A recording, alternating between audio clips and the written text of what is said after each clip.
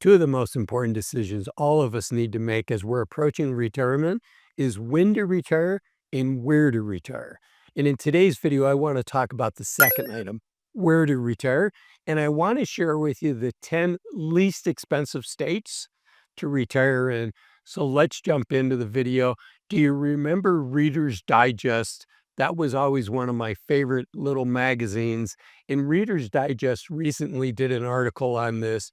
And the article is called New Study, You Can Retire in these US states on less than $65,000 a year. And they're reporting on a Go Banking Rates study that determined the cost of a comfortable retirement in each state. And I'm going to share with you what it is for each state. Um, okay, and let's go in and see what the least expensive states are. And the Reader's Digest, before I get to it, did a nice job summarizing this, but unfortunately, Go Banking Rates did not include taxes. So we have to put an asterisk next to this. And I'm going to give you the data with the taxes. But first, I want to share with you what the Reader's Digest said. These are the 5 least expensive states. Then I'm going to give you the 5 most expensive states. But then we're going to look and say, what happens when we incorporate taxes? Okay, so the 5 least expensive states, not including taxes, which is really important, is West Virginia, where they say for a comfortable retirement, it takes $58,190 a year.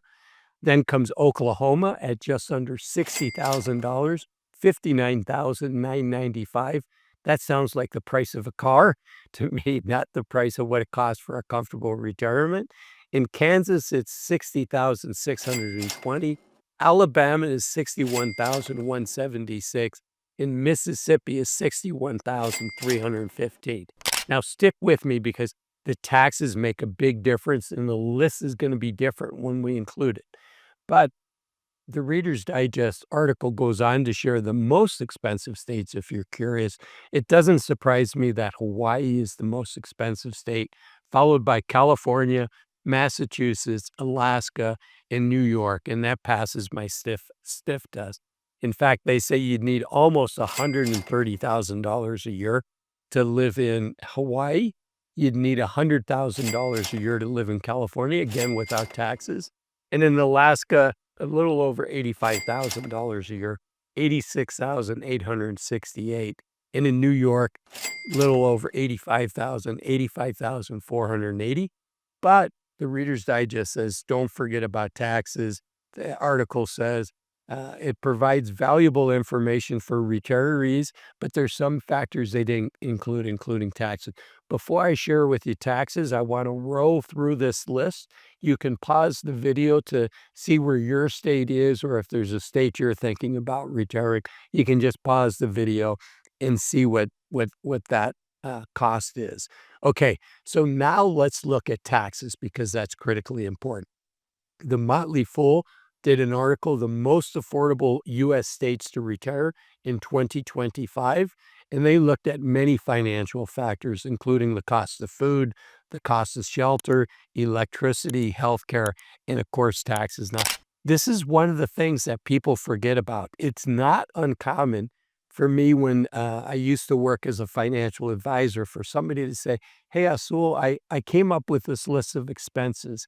And because of this, I think I can retire with this amount of money. And they would ask my opinion on it. And one of the first things I'd look for is taxes, because unfortunately, for many of us in retirement, taxes is going to be one of our biggest expenses, even though for the first time in your life, when you're retired, many of us have the ability to control our tax rate. And most people have 3 accounts that they can pull money out of. One would be a regular 401k or a regular IRA, what I call a tax me later account. The next would be your local bank account or a taxable account, what I call a tax me as I go. And then the third account would be what I call a tax me never account, which would be the Roth account. You didn't get the tax break when you put money into a Roth IRA or a Roth 401k, but when you take it out, you don't have to pay tax on it. So a very common strategy is people will take money out of the account where they're not triggering ordinary income in the early years, but often that can be a mistake.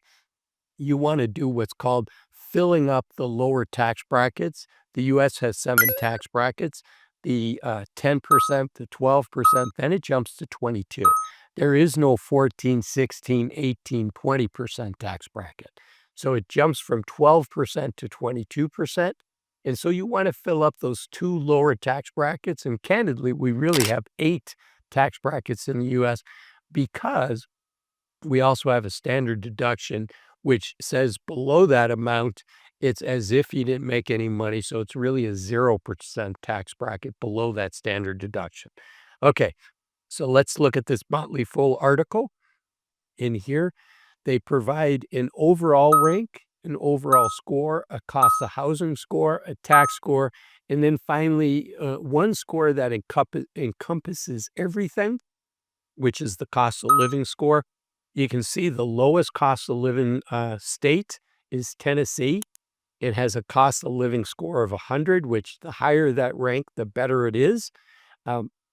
Then next comes Kansas when you factor in everything. And then also South Dakota, and then Missouri, Oklahoma, Mississippi, West Virginia, Arkansas. And before I finish the list, I want to encourage you to stick around because I'm going to talk about what percent of people actually relocate, because that's really important. There might be a state on your list, but what's the likelihood that we're actually going to relocate? So we left off with Arkansas and the Motley Fool. The next least expensive state is Alabama, and then finally New Mexico with the cost of living score on this scale of 1 to 100 of 93. Okay, but what's the likelihood that any of us are actually going to relocate? For that, I want to share some data by Vanguard, and this gives us the information, the share of the population that moves annually by age group. So it's not surprising 20 to 29-year-olds, over a fourth of all 20 to 29-year-olds move each year. So these are people that are getting, their first jobs, they're graduating from college, they're graduating from trade school, and they might be meandering still, trying to figure out the right job for them. So they're moving pretty often. Almost 1 in 5, probably closer to 1 in 6 of 30 to 39-year-olds move. And then we get pretty set in our ways. It's about 11% for 40 to 49-year-olds. It's 8.3% for 50 to 59-year-olds. And then the group that's almost the least likely to move is the 60 to 69-year-olds, the retired people, 60 to 69 and 70 to 79. And then above 80, it's probably, it's 1 in 12, 1 in 13 of us are going to move. And that's probably moving in with a family member or moving into a place that can help us with some of our health needs. Okay, so where do we go? The people that are over 60, how many of us actually move the state? Well, of the people that move, so again, according to Vanguard, it's 5 to 7% of us are going to move each year. Of the people 60 and older that move, over a third are going to stay in the same county in our state. And another 42%, so over 3/4% are either going to stay in the county or change counties but stay in the state. Only 19% of those that move are going to move to a different state. And moving abroad, moving to a different country is very unusual. It's 4%. So I hope you found this list helpful. If you did, YouTube would say that you're going to enjoy this video as well. Thanks for watching this video, and I'll see you in my next video. Bye-bye.